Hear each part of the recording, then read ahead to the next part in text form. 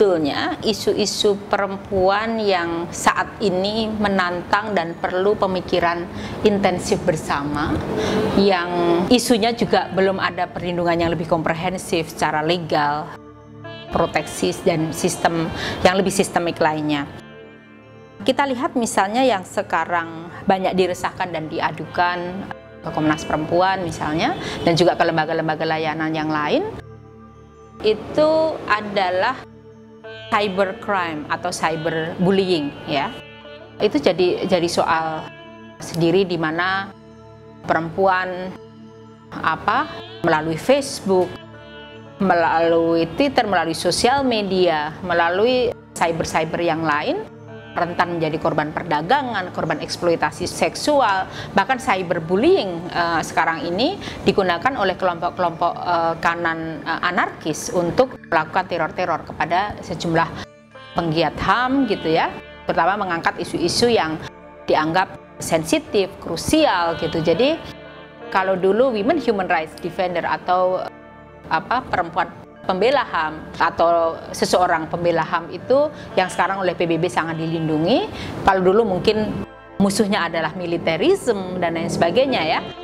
Sekarang ini itu melalui kelompok-kelompok anarkis gitu, dan sebagian mengatasnamakan agama, dan itu banyak debatnya di cyber media. Nah, regulasi, cara memproteksi, merespon ini menurut saya harus serius. Hal yang lain sekarang juga kita dibangunkan oleh satu realitas pemberitaan perempuan menjadi pelaku korupsi. Di sana juga di saat yang bersamaan dia menjadi korban dari gratifikasi seksual. Jadi soal women and corruption ini menjadi satu bongkahan yang perlu pemikiran yang lebih intensif juga gitu ya. Dan sekarang ini kita sedang mengkaji, melihat perbandingan dengan sejumlah negara lain. Nah, juga soal korupsi, saya sering sekali ditanya oleh media, Mbak, bagaimana kok, kenapa perempuan banyak menjadi koruptor? Saya bilang bahwa korupsi ini tidak mengenal jenis kelamin. Dia bisa laki-laki, bisa perempuan. Tetapi sekarang ini banyak sekali perempuan menjadi target. Karena apa? Perempuan ini kan dalam tanda kutip secara masif ya, pendatang baru dalam dunia politik praktis yang seperti sekarang ini. Kalau dulu terlibat dalam politik udah lama sekali sebetulnya perempuan, tetapi banyak sekali pendatang-pendatang baru ini yang dia punya jaringan sosial yang sangat kuat, tetapi tidak jaringan politik. Jaringan politiknya masih lemah, sehingga kenapa dia menjadi sangat mudah menjadi target yang di depan gitu ya, untuk dalam tanda kutip terkorbankan.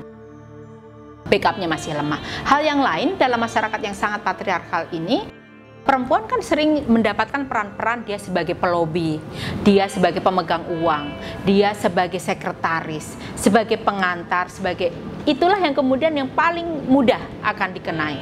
Bahkan temuan dari PPATK misalnya, yang sering suruh menjadi penyimpan dan penyelamat uang ini juga perempuan. Asumsinya bahwa dialah yang bisa memegang, dan kalau dia perempuan lebih dianggap lebih mudah menutup penelusuran itu gitu, sehingga sering rekening atas nama mertuanya, atas nama adik ipar perempuannya dan lain sebagainya. Inilah yang kemudian merentankan perempuan, termasuk gratifikasi seksual.